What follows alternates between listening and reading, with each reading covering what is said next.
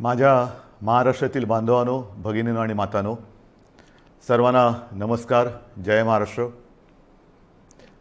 घाबरून जाऊ नका, कारण अनेकांचे फोन मला आले की आज संध्याकाळी आपण फेसबुक लाईव्ह करताय, तर आज मध्यरात्रीपासून लॉकडाऊन करतायत का. प्रथम मी काय बोलतो आहे ते जरा नीट समजून घ्या. मी आपल्याला घाबरवण्यासाठी आलेलो नाही आहे, तर आजची एकूण परिस्थिती काय आहे आणि या परिस्थितीतून आपल्याला सर्वांना मार्ग कसा काढायचा आहे, मार्ग काढण्यासाठी म्हणून मी आज आपल्याशी संवाद साधतोय. सर्वांना या गोष्टीची कल्पना आहे की आता जवळपास 1 वर्ष झालं आपण एका विचित्र विषाणूबरोबर लढतो आहोत. आणि याही गोष्टीची आठवण आपल्याला असेल की हेच ते दिवस होते मार्च महिन्यामध्ये पहिला प्रथम कोविडने आपल्या महाराष्ट्रामध्ये शिरकाव केला आणि हा म्हणता एखाद्या मायावी राक्षसासारखा त्यांनी महाराष्ट्रच नव्हे तर देश व्यापून टाकला. मधल्या काळामध्ये आपण सर्वजण मिळून या व्हायरसला रोखण्यामध्ये नक्कीच यशस्वी झालो होतो, त्याच्याबद्दल काही वादच नाही आहे. पण हे युद्ध आपण सगळ्यांनी मिळून एकत्र हातात हात घालून लढलो म्हणून ती परिस्थिती निर्माण झाली होती. साधारणतः कालच्या जानेवारी-फेब्रुवारीपर्यंत आपल्याला असं वाटत होतं की आता झालं, संपलं. ये कोरोना क्या है, क्या चीज़ है कोरोना, कोविड क्या है. विशेष म्हणजे गेल्याही वर्षी अर्थसंकल्पीय अधिवेशन होतं, याही वर्षी तोच काळ आला, मार्च. अर्थसंकल्पीय अधिवेशन नुकतंच गेल्या महिन्यात पार पाडलं आणि आपल्याला सर्वांना कल्पना आहे की लॉकडाऊनच्या पार्श्वभूमीवरती आर्थिक परिस्थिती ही संपूर्ण जगाचीच दोलायमान झालेली आहे. आणि त्या परिस्थितीचा विचार करून महाराष्ट्र पुढे नेण्यासाठी एक अत्यंत चांगला अर्थसंकल्प आपल्या माननीय उपमुख्यमंत्र्यांनी, अर्थमंत्र्यांनी, अजितदादांनी मांडला. आपल्या सरकारचा तो अर्थसंकल्प महाराष्ट्र पुढे नेणारा, संकटातही महाराष्ट्र थांबला नाही, थांबणार नाही हे करून दाखवणारा तो अर्थसंकल्प आपण मांडला. आणि त्याच्यानंतर जे जे काय झालं, म्हणजे काल परवाकडे होळी, धुलीवंदन सगळं पार पडलं, पण तिथपासूनच आपल्या राज्यात शिमग्याला सुरुवात झाली. असो, त्या शिमग्याबद्दल मी काय बोलणार नाही, त्यालासुद्धा मी जेव्हा उत्तर द्यायचं तेव्हा मी जरूर देईन. तो विषय आजचा नाही आहे. आजचा विषय आहे तो कोरोनाची परिस्थिती ही नेमकी काय, आपण काय करणार आहोत. मध्ये मध्ये मी आपल्याला सातत्याने सांगत आलेलो आहे की जर ही परिस्थिती अशीच राहिली तर आपल्याला परत एकदा लॉकडाऊन करावा लागेल की काय, अशी एक शक्यता मी बोलून दाखवली होती. ही शक्यता आजही पूर्णपणे टळलेली नाही आहे. मला आज पुन्हा एकदा आपल्याला सर्वांना आवाहन करायचं आहे, विनंती करायची आहे, कारण गेल्या वर्षभरामध्ये माझ्या महाराष्ट्रातील प्रत्येक बांधवांनी, भगिनींनी आणि मातांनी जे जे मी सांगत आलो ते अत्यंत आपुलकीने ऐकून घेतलं आणि त्याच्याप्रमाणे ते वागले. तुम्ही सगळे वागलात. यात सर्व धार्मिक नेते आले, सर्व धर्मीय आले, सर्व राजकीय पक्ष आले, त्यांचे कार्यकर्ते आले. आता काय झाले थोडंसं की मधला काळ जो आला त्या काळामध्ये आपण थोडे शिथिल झालो. आपण शस्त्र टाकली की काय अशी एक साधारणतः परिस्थिती निर्माण झाली. लग्न समारंभ थाटामाटात सुरू झाले, इतर पार्ट्या सुरू झाल्या, राजकीय मोर्चे, निदर्शनं, आंदोलनं, सगळं काही जणू काही कोरोना गेला अशा पद्धतीने आपण सुरू केलं. आणि तेव्हाही मी सांगत होतो की थोडा धीर धरा. पुन्हा एकदा मार्च एप्रिल एंडपर्यंत आपल्याला थोडासा एक संयम बाळगावा लागेल. दुर्दैवाने जी भीती केवळ मीच नव्हे तर ह्या विषयातले जे तज्ज्ञ आहेत त्यांनी जी व्यक्त केली होती ती खरी ठरली.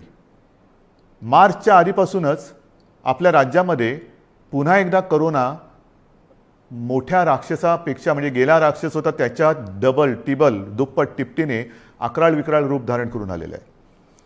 त्याच्यामध्येच विषाणूचा नवा अवतार, म्हणजे हे पण नवल आहे. आत्तापर्यंत आपण आपले विष्णूचे अवतार ऐकले होते, ज्याचे आपण पूजन करतो. ज्या ज्या वेळेला संकट आली त्या त्या वेळेला भगवान विष्णूंनी वेगवेगळे अवतार घेतले आणि आपल्याला वाचवलं. पण हा विषाणू जो आहे तो वेगवेगळे अवतार धारण करून आपल्याला संकटात टाकतोय आणि आपली परीक्षा बघतोय. पुन्हा एकदा तीच गरज आहे. आपल्याला सर्वांना धैर्याने, सगळं धैर्य एकवटून लढण्याची गरज आहे. लॉकडाऊन करणार का, हा प्रश्न अजूनही मी उत्तर देत नाही. पण साधारणतः आत्ताची परिस्थिती काय आहे ह्याची कल्पना आपल्याला देण्याची मला पुन्हा एकदा गरज वाटते. जेव्हा ही परिस्थिती निर्माण झाली, किंबहुना कोविडची साथ सुरू झाली, आपल्याला पूर्ण माहिती आहे आपल्या राज्यामध्ये फक्त 2च ह्या विषाणूंची चाचणी जिथे होऊ शकते अशा प्रयोगशाळा होत्या. एक मुंबईमध्ये कस्तुरबा आणि दुसरी पुण्याला NIVची. आज त्या 2च्या जवळपास आपण 500 पर्यंत चाचण्या करणाऱ्या संस्था किंबहुना लॅब्स तयार केलेल्या आहेत. मुंबईमध्ये सुद्धा आपण दर दिवशी साधारणतः 50,000 चाचण्या आज करतो आहोत. गेल्या काही दिवसात म्हणजे मला जी माहिती सगळी माझ्याकडे आलेली आहे त्याच्यात महाराष्ट्रामध्ये जी आपली क्षमता होती 75,000 चाचण्या दर दिवशी करण्याची, ती आपण वाढवून जवळपास 1,82,000 पर्यंत नेलेली आहे. 1,82,000, 75,000 ते 1,82,000 इथपर्यंत आज आपण रोजच्या चाचण्या करतो. येत्या काही दिवसात ही संख्या आपल्याला 2.5 लाखावर न्यायची. 2.5 लाख चाचण्या दर दिवशी महाराष्ट्रामध्ये लवकरात लवकर आपण करणार आहोत. आणि याही चाचण्या ते रॅपिड अँटीजेननी नाही, तर त्याचं जे प्रमाण आहे, केंद्राची जी काय मार्गदर्शक तत्व आहेत की साधारणतः 70% चाचण्या ह्या RT-PCR ह्या पद्धतीने झाल्या पाहिजेत. आता माझ्यापेक्षा सर्वांनाच माहिती झालेलं नेमकं RT-PCR म्हणजे काय, रॅट म्हणजे रॅपिड अँटीजेन टेस्ट म्हणजे काय. RT-PCR अचूकताही अधिक असते, अधिक चांगली असते. म्हणून आपलाही आणि केंद्राचाही आग्रह तोच आहे की जेवढ्या चाचण्या आपण करतो त्याच्यात किमान 70% चाचण्या ह्या RT-PCR असायलाच पाहिजेत. आणि त्याच पद्धतीने आपला महाराष्ट्र जेव्हा 75,000च्या आसपास चाचण्या करत होता त्याही वेळा तेव्हा त्याच टक्क्यात RT-PCR करत होता. आज जवळपास 1,82,000 करतोय, त्याच्यातही 70% RT-PCR आहेत. उद्या 2.5 लाख झाल्यानंतर, 3 लाख झाल्यानंतर सुद्धा आपण ह्या चाचण्या RT-PCRच अधिक ठेवणार आहोत.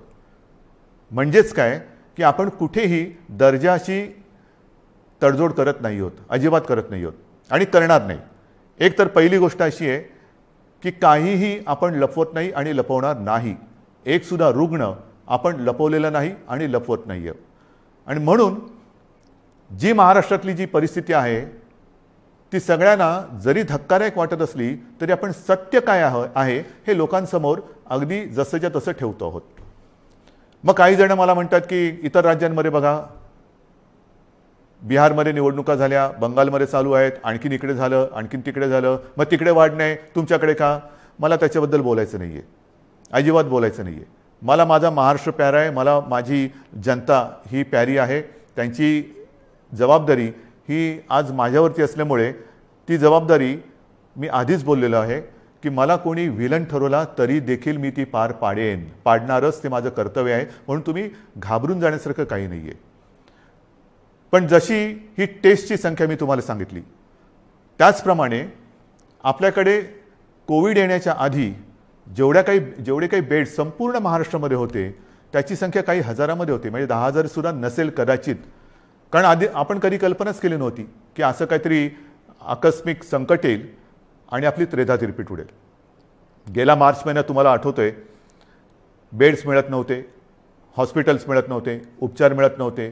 मग सगळे हॉस्पिटल्स ओव्हरफ्लो व्हायला लागली होती, ॲम्ब्युलन्स मिळत नव्हते. ह्या सगळ्या गोष्टी लक्षात घेतल्यानंतर आपण बेड्सची संख्या वाढवायला लागलो. महाराष्ट्र हे देशातलं पहिलं कदाचित एकमेव राज्य असेल की ज्याने अगदी फील्ड हॉस्पिटल्स उभारली लष्कराच्या धर्तीवरती. जसं लष्कर काम करतं तसं आपल्या महाराष्ट्राच्या यंत्रणेने काम केलं, आजही करते. जम्बो कोविड केअर सेंटर्स उभारली आणि काही हजारात म्हणजे 8-10 हजार ज्या काही रुग्णशय्या होत्या त्याची संख्या आपण जवळपास 4.25 लाखापर्यंत नेली, सगळ्या काही मिळून. म्हणजे त्याच्यामध्ये इतर कोविडशिवाय असलेले beds, oxygen beds, ICU beds, विलगीकरणाचे बेड्स, डायलिसिसचे बेड्स असे मिळून साधारणतः 4.25 लाखापर्यंत ही सुविधा आपण वाढवली. ही मोठी आपली एक अचिव्हमेंट होती. आणि तेव्हाही मी म्हटलं होतं की लॉकडाऊनचा उपयोग हा संसर्ग थांबवण्यासाठी आहे आणि त्याच वेळेला आपल्या आरोग्य सुविधा वाढवण्यासाठी आहे. मग आता एवढीही रुग्णशय्या वाढवल्यानंतरही मी परत तुमच्याशी का काळजीने बोलतोय, ह्याचं कारण आजचं चित्र मी तुम्हाला सांगतोय. पहिली गोष्ट अशी की साधारणतः रुग्ण वाढ ही किती होते, किती झपाट्याने होते, त्याची थोडीशी मी तुम्हाला कल्पना देतो. आपल्याला माहिती आहे की जानेवारीच्या शेवटाला आणि फेब्रुवारीच्या सुरुवातीला फक्त मुंबईपुरतं बोलायचं झालं तर मुंबईमध्ये 300-350 रुग्ण हे दर दिवशी आपल्याला सापडत होते. आज ती संख्या 8,500वरती गेलेली एका महिन्याच्या कालावधीत. ही फक्त मुंबईची परिस्थिती आहे. महाराष्ट्राची परिस्थिती बघितली तर 17 सप्टेंबर 2020 म्हणजे तेव्हा जरा सगळं जास्त होतं, तेव्हा 3 लाख सक्रिय रुग्ण होते. 1 एप्रिलला आणखीन त्याच्यामध्ये भर पडलेली आहे.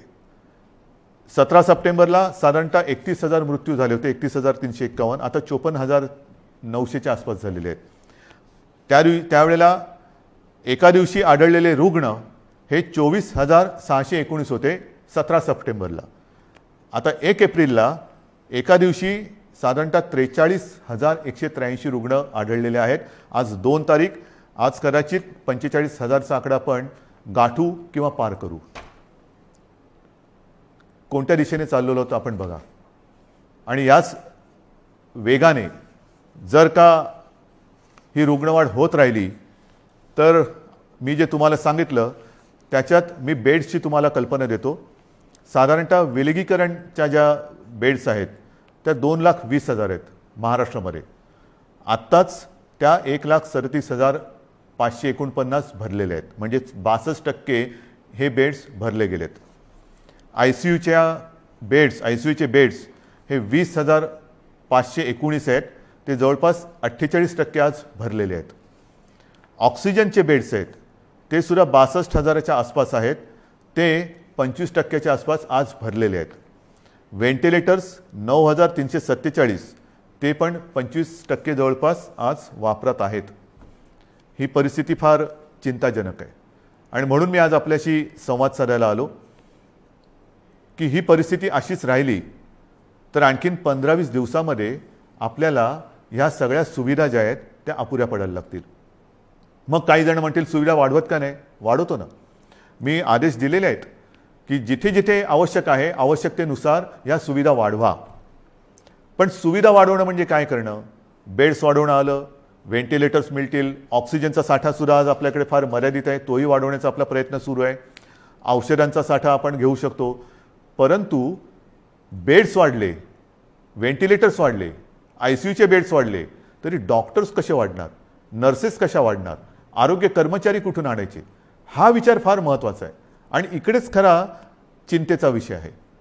गेले वर्षभर ही संपूर्ण आपली यंत्रणा, मग त्याच्यात डॉक्टर्स आहेत, नर्सेस आहेत, आरोग्य कर्मचारी आहेत, पोलीस आहेत, आशा अंगणवाडी सेविका आहेत, महसूल यंत्रणेचे काही कर्मचारी आहेत, यांच्यापैकी बऱ्याच जणांना कोविडने गाठलेलं आहे.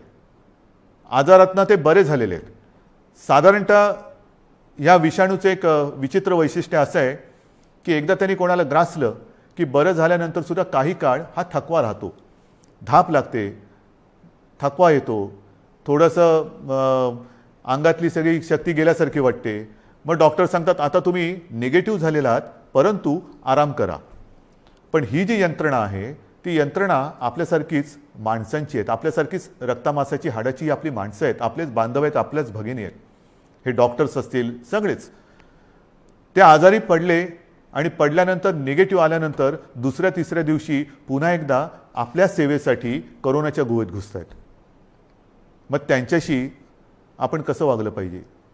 आजसुद्धा आपण जी काय आपली यंत्रणा राबते आपल्यासाठी, टेस्टिंग टेस्टिंग टेस्टिंग टेस्टिंग आहे, टेस्टिंग वाढवतोय. पण टेस्टिंग करण्यासाठी घराघरात जाऊन आपल्याच भगिनी आहेत, आपलेच बांधव आहेत, 2-2, 4-4, 5-5 माळ्याच्या इमारती असतील, लिफ्ट नसेल तरी सुद्धा ते चढ उतार करतात रोज न थकता.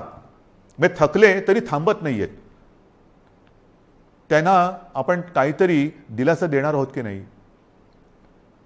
एकूण हे जे काय सगळे चित्र आहे, बोलणारे सगळे बोलतात की आपण हे केलं पाहिजे, आपण ते केलं पाहिजे, लसीकरण वाढवलं पाहिजे. वाढवतोय ना आपण. कालच्या दिवसात तुम्हाला मी अभिमान हा शब्द इकडे वापरणं योग्य ठरणार नाही, पण तुम्हाला समाधान वाटलं पाहिजे की महाराष्ट्र हा देशातला नंबर 1चं राज्य महाराष्ट्र ठरलेलं आहे. कालच्या दिवसात एका दिवशी आपण 3 लाख नागरिकांना लसीकरण केलेलं आहे. 3 लाख एका दिवसात.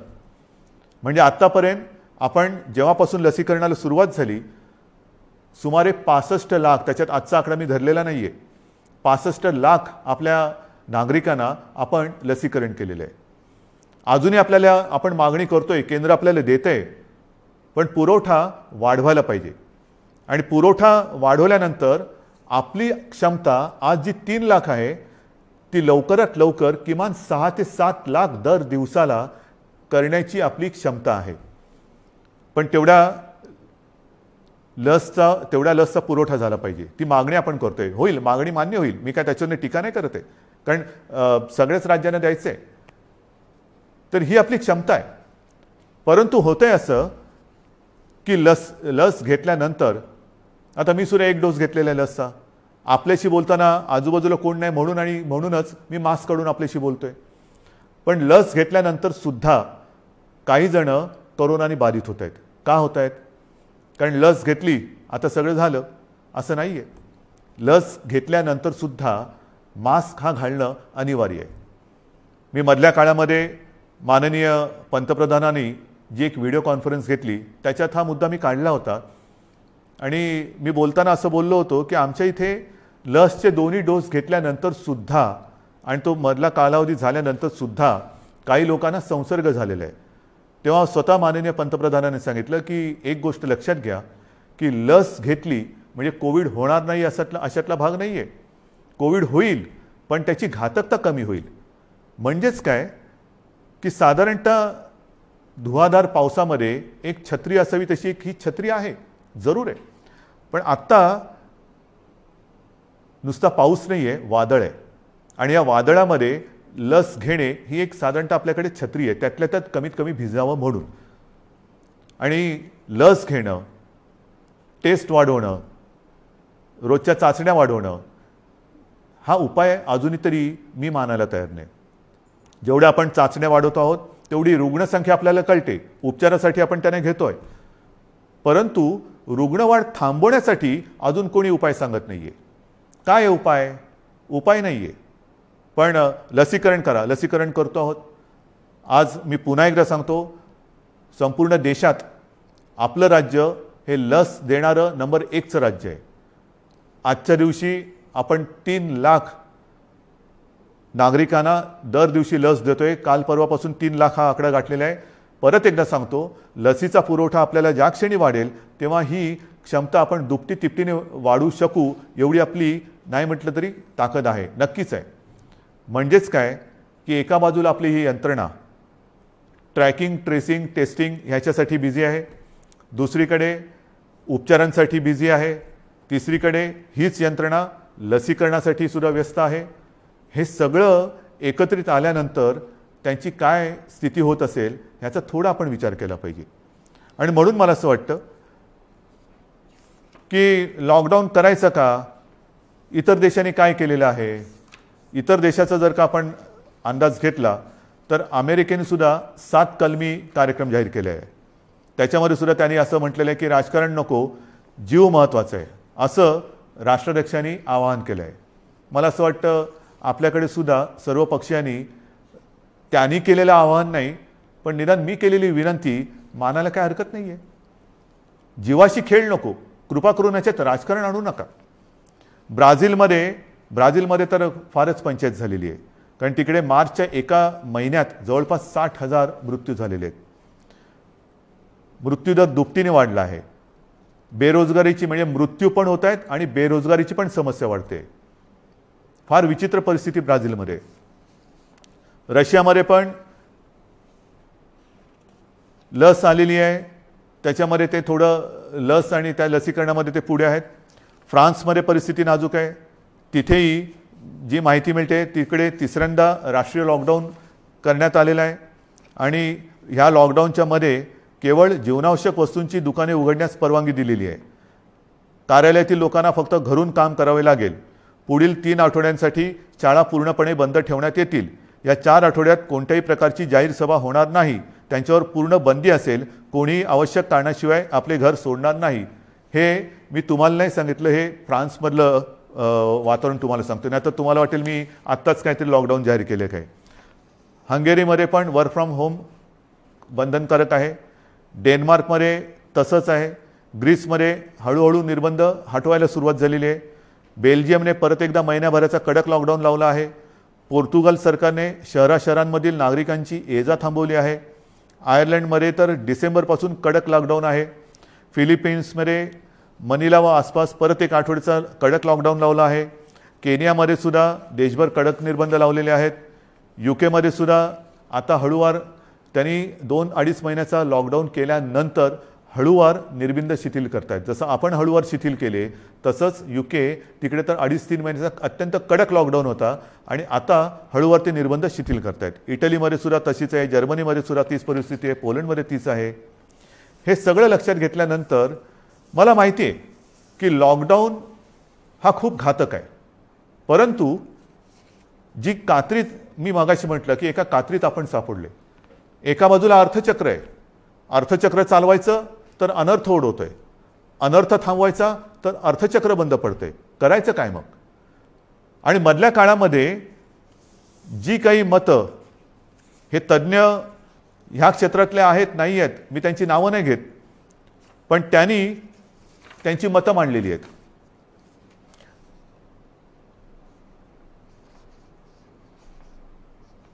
सर्वसामान्यांना त्रास होईल अशी लॉकडाऊनची भूमिका, मी पक्षाचं नाव घेत नाही कारण मला राजकारण आणायचं नाही, आम्ही खपवून घेणार नाही. तुम्हाला आलेला झटका म्हणजे नियम नको. महाराष्ट्रामध्ये कोरोनाचं नाटक पुन्हा सुरू झालेलं आहे. कोरोनाच्या संसर्गाला लॉकडाऊन हा पर्याय नाही. आम्ही लॉकडाऊनला जोरदार विरोध करू, रस्त्यावरती उतरू. हिटलरसारखं वागू नका. सर्वसामान्य जनतेला लॉकडाऊन परवडणारा नाही. जनता आधीच लॉकडाऊनला कंटाळली आहे. त्यामुळे राज्यात लॉकडाऊन लावणे हा पर्याय नव्हे. लॉकडाऊन हा अंतिम पर्याय होऊ शकत नाही. लॉकडाऊन लावायचं असेल तर आधी रोजगाराचे पैसे 5,000 रुपये का काय ते थेट खात्यात जमा करा. एका उद्योगपतीने सांगितले की लॉकडाऊन लावण्याच्या ऐवजी आरोग्य सुविधा वाढवा. आता आरोग्य सुविधा मी तुम्हाला सांगितली काय परिस्थिती आहे. गेल्या वर्षभरात आपण एवढी आरोग्य सुविधा वाढवली, अजूनही वाढवतो आहे. पण मुद्दा असा येतो की हे जे काही आपल्याला सल्ले देत आहेत त्यांना मी सांगू इच्छितो हात जोडून, उद्योगपतींना सांगतो, म्हणजे त्या ज्यांनी सांगले सगळ्या उद्योगपतींबद्दल नाही, की आरोग्य व्यवस्था वाढवतो मी, बेड्स वाढवतो, सगळं वाढवतो, पण कृपा करून रोज मला किमान 50 डॉक्टर्स, नर्सेस, आरोग्य कर्मचारी यांचा महाराष्ट्रभर पुरवठा होईल अशी काहीतरी सोय करा. कारण नुसतं फर्निचरचं दुकान म्हणजे आरोग्य सुविधा नाही आहेत. त्याच्यामध्ये व्हेंटिलेटर आल्यानंतर व्हेंटिलेटर वापरणारे सुद्धा तज्ज्ञ लागतात. ऑक्सिजन किती द्यायचा, किती प्रमाणात द्यायचा याच्यासाठी सुद्धा त्या विषयातला तज्ज्ञ लागतो. अगदी रेमडेसिवीर द्यायचं झालं तर ते कसं दिलं पाहिजे ते समजणारा डॉक्टर लागतो. ही तज्ज्ञ लोक आणि डॉक्टर्स ही कुठून आणायची. आणि ही परिस्थिती जर का बघितली तर मला तुमच्याकडनं हीच अपेक्षा आहे. जे सांगतायत की लॉकडाऊन केला तर आम्ही रस्त्यावरती उतरू, माझं म्हणणे जरूर उतरा, उतरलंच पाहिजे. पण ते लॉकडाऊनच्या विरोधात नाही, तर लॉकडाऊन होऊ नये म्हणून कोरोनाच्या विरुद्ध तुम्ही उतरा. या डॉक्टर्सना मदत करायला तुम्ही रस्त्यावरती उतरा. ज्या कुटुंबांमध्ये करते करविते ज्यांचा मृत्यू झालेला आहे त्या कुटुंबियांची जबाबदारी घेण्यासाठी रस्त्यावरती उतरा. ज्या कुटुंबांमध्ये सगळेच्या सगळे कोरोना बाधित झालेले आहेत त्यांची सेवा करण्यासाठी रस्त्यावरती उतरा. टेस्ट जे आपल्या या यंत्रणे जी करते आहे ट्रॅकिंग ट्रेसिंग त्यांना मदत करायला म्हणून रस्त्यावरती उतरा. नुसतं बोलायला ठीक आहे, अमुक केलं तर आम्ही रस्त्यावरती उतरू, माझं म्हणणं तर उतराच, रस्त्यावरती उतरा. कारण आता आपल्याला ही लढाई तशीच लढावी लागणार आहे. हातात हात घालून ही लढाई लढावी लागणार आहे. अनेक ठिकाणी मी बघतोय सभा समारंभांना तुडुंब गर्दी होते, बाजारपेठा फुलून गेलेल्या आहेत. थोडंसं धीर धरा. अनेक जणांना असं वाटतंय मास्क काय लावतोय तू. अरे मास्क न लावण्यामध्ये शौर्य काय शौर्य आहे. मी मास्क वगैरे वापरत नाही. मी मास्क वापरणार नाही. काय शूर आहेस? मास्क न वापरणं ह्याच्यात शूरता नाही आणि मास्क लावणं त्याला लावायला लाजायची गरज नाही आहे. परत एकदा सांगतो की वॅक्सिन घेतल्यानंतर सुद्धा मास्क हा लावायलाच पाहिजे, अंतर ठेवलंच पाहिजे, हात धुत राहिलंच पाहिजे. आणि म्हणून काही कडक निर्बंध येत्या काही दिवसात आपल्याला लावावे लागतील. ते उद्या परवाकडे मी जाहीर करेन. विशेषतः शहरांमध्ये मी परत एकदा सांगतो, जिथे जिथे अनावश्यक गर्दी होते ही गर्दी आपल्याला टाळावीच लागेल. जी खाजगी कार्यालय आहेत त्या कार्यालयांना सुद्धा आपण प्रत्येकाला सूचना दिलेल्या आहेत. सूचनावलीच म्हणा ना, की लग्न समारंभात किती लोक पाहिजेत, ऑफिसमध्ये किती उपस्थिती पाहिजे, बसमधनं किती लोक गेले पाहिजे. आता ट्रेनमध्ये मुंबईमध्ये मी सांगेन की मी सांगितलं होतं की पीक अवर नॉन पीक अवर आता सगळं तुडुंब भरून चाललेलं आहे, रेस्टॉरंट्स भरून चाललेली आहेत. आता हे जर आपण थांबवलं नाही आणि परिस्थिती अशीच हाताबाहेर गेली आणि जसा ब्राझीलमध्ये दुर्दैवाने आता अशी परिस्थिती झालेली की लॉकडाऊन नाही आहे पण शुकशुकाट झालेलं आहे, म्हणजे रस्त्यावर फिरत असतील लोक पण रोजगार गेले आणि जीवही गेले. मग काय राहिलं? जीव वाचवायचा की रोजगार वाचवायचा? रोजगार आपल्याकडे आहेत, रोजगार परत मिळतील पण गेलेला जीव परत आणता येणार नाही. आणि म्हणून मी आपल्याला नम्रपणाने विनंती करतोय की येत्या काही दिवसांमध्ये, 1-2 दिवसांमध्ये मी आणखीन काही जणांशी बोलतोय. काही त्याच्यात यातले तज्ज्ञ असतील, विविध राजकीय पक्ष आहेत, विविध मी पत्रकारांशी बोलेन. मला वेगळा काही उपाय असला तर पाहिजे. लॉकडाऊन हा उपाय नाही मान्य, पण मग ही संसर्गाची साखळी तोडायची कशी? लसीकरण वाढवतोच आहे पण लसीकरण देऊनही कोविड होत नाही अशातला भाग नाही. लसीकरण घेतल्यानंतर, लस घेतल्यानंतर सुद्धा कदाचित लस घेतलेल्याला कोविडचा त्रास कमी होईल पण तो दुसऱ्याला संसर्गित करू शकतो, हेही आता सिद्ध झालेलं आहे. मग करायचं काय? दुसरा उपाय असेल जरूर सांगा, पण त्याहीपेक्षा माझा विश्वास आपल्यावरती आहे. कारण तुम्हीच या युद्धातले खरे सैनिक आहात. हे युद्ध आपल्या सगळ्यांचं आहे, हे एकट्या दुकट्याचं युद्ध नाही आहे. ज्या गोष्टी मी तुम्हाला सांगितल्या आपण नाही पाळू शकत. कारण नसताना घराबाहेर पडू नका, नाही घरात थांबू शकत. अनावश्यक ठिकाणी गर्दी करू नका, गर्दी टाळू नाही शकत. गरज नसेल तर इकडे तिकडे फिरू नका, हे फिरणं टाळू नाही शकत. सार्वजनिक ठिकाणी फिरताना घराबाहेर पडल्यानंतर मास्क लावलाच पाहिजे, मास्क घालू नाही शकत. एकमेकात थोडं अंतर ठेवा, अंतर ठेवू नाही शकत. म्हणजे लॉकडाऊन आपण टाळू शकतोय पण टाळणं ही जिद्द, ज्या जिद्दीने तुम्ही पहिल्यांदा लढलात त्या जिद्दीने पुन्हा जर का उतरलात तर आपल्याला, मी अजूनही म्हणतो आता थोडा काळ राहिलेला आहे. कारण परिस्थिती तुम्हाला मी सांगितले, अशीच रुग्णवाढ होत राहिली तर 15-20 दिवसात हॉस्पिटल्स तुडुंब भरून जातील. काही काही जिल्ह्यामध्ये आत्ताच ही परिस्थिती आलेली आहे. ऑक्सिजनसुद्धा कमी पडू शकतोय, व्हेंटिलेटरसुद्धा कमी पडू शकतात. ही परिस्थिती आजही आपण स्वयंशिस्तीने टाळू शकतो. संसर्गाची लाट, कोरोनाला आपण रोखू शकतो. रोखण्याची जिद्द ही तुमच्यात आहे की नाही हा फार महत्त्वाचा प्रश्न आहे. सरकार लॉकडाऊन करणार की नाही यापेक्षा प्रत्येकाने ठरवलं पाहिजे की मी कोरोनाला हरवणार की नाही, मी कोरोनाला रोखणार की नाही. हे जर का तुम्ही प्रत्येकाने ठरवलं, होय मी रोखणारच. कारण आपण गेले वर्षभर माझे कुटुंब माझी जबाबदारी असेल, आता पुन्हा मी प्रत्येकाला सांगितले की मी जबाबदार, माझा मास्क माझी सुरक्षा. ह्या सगळ्या ज्या काही गोष्टी आहेत नवीन, ह्याच्यात काहीही नाही. जे पहिल्या दिवशी होतं ते आजही आहे. फक्त थोडंसं काय झालं आहे की सुरुवातीला जी एक कोरोनाची दहशत होती ती दहशत गेली, आपण गाफील झालो आणि कोरोनाने बरोबर आपल्याला गाठलं. अजूनही कोरोनाने आपल्यावरती मात केलेली नाही, मी त्याला करू देणार नाही, अजिबात नाही. मात आपणच त्याच्यावरती करायची आहे. पण ही मात करताना जर आपण घट्ट उभे राहिलो सगळ्या जणांनी, संपूर्ण सगळ्या राजकीय पक्षाने, मी पुन्हा एकदा हात जोडून विनंती करतो आहे की कृपा करा, जनतेच्या जीवाशी खेळ होईल असं राजकारण करू नका.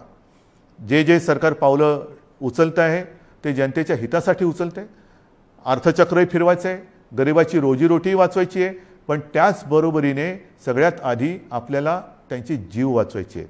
म्हणून जीवाला पहिलं महत्त्व द्यायचं आहे आणि त्याच्यानंतर मग बाकीच्या ज्या काही गोष्टी आहेत त्या आपल्या हातातल्या आहेत त्या आपण करू शकतो.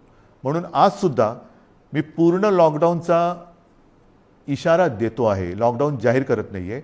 पण 1-2 दिवसामध्ये जर का दृश्य स्वरूपामध्ये ह्या गोष्टी आढळल्या नाहीत आणि दुसरा उपाय जर मी आता पुढच्या 1-2 दिवसांत ज्यांच्याबरोबर बैठका घेतोय त्यांच्याकडनं आला नाही तर मग मात्र आहे ती परिस्थिती अशीच्या अशी स्वीकारा, जे मला नाही जमणार. माझ्या डोळ्यादेखत हे मी बघणार नाही आणि आपणही नाही बघायचं आहे. तर ती परिस्थिती रोखायला जगामध्ये जे करतायत, पहिला लॉकडाऊन दुसरा लॉकडाऊन, कारण लाटे मागून लाटा येतात. पहिली लाट आली, दुसरी लाट आली, तिसरी लाट आली. काय होतंय, एक लाट येऊन गेली, लॉकडाऊन होतो, सगळं शिथिल होतं, शिथिल झालं की दुसरी लाट येते. म्हणून आत्तापासून आपण ठरवलं पाहिजे की ही लाट तर मी रोखेनच आणि पुढची लाट तर मी येऊच देणार नाही. मला असं वाटतं, माझा आपल्यावरती विश्वास आहे, आपलाही माझ्यावरती विश्वास आहे. मध्ये काही जण भेटले होते आणि मला म्हणाले की अहो तुम्ही टी व्हीवर आले का लोक घाबरतात. म्हटलं मला नाही वाटत असं, कारण मी तुमच्या कुटुंबातला एक आहे, तुम्ही मला कुटुंबीय मानलेलं आहात आणि माझे कुटुंब, माझी जबाबदारी म्हणजे माझे कुटुंब तुम्ही आहात आणि तुमची जबाबदारी ही मी घेतल्यानंतर मला टीकेची पर्वा नाही. जे जे तुमच्या हिताचं असेल ते मी करणार आणि करेन. पुन्हा एकच सांगतो की सरकार यंत्रणेच्या बाबतीत कुठेही कमी पडलेलं नाही, पडू देणार नाही. सरकार खंबीर आहे, सरकार ठाम आहे. आरोग्य सुविधा कुठेही कणभर सुद्धा मी कमी पडू देणार नाही. मात्र ही एका हाताने टाळी वाजणार नाही.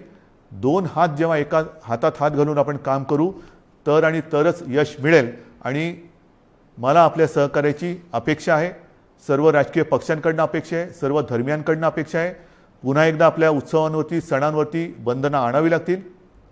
जसं गेल्या वर्षी आपण सहकार्य केलं तसंच पुन्हा एकदा हे सहकार्य कराल अशी आशा नाही, असा विश्वास व्यक्त करतो. आणि ही लढाई पुन्हा एकदा लढण्यासाठी आणि जिंकण्यासाठी सिद्ध व्हा, एवढ्याच शुभेच्छा देतो. जय हिंद, जय महाराष्ट्र.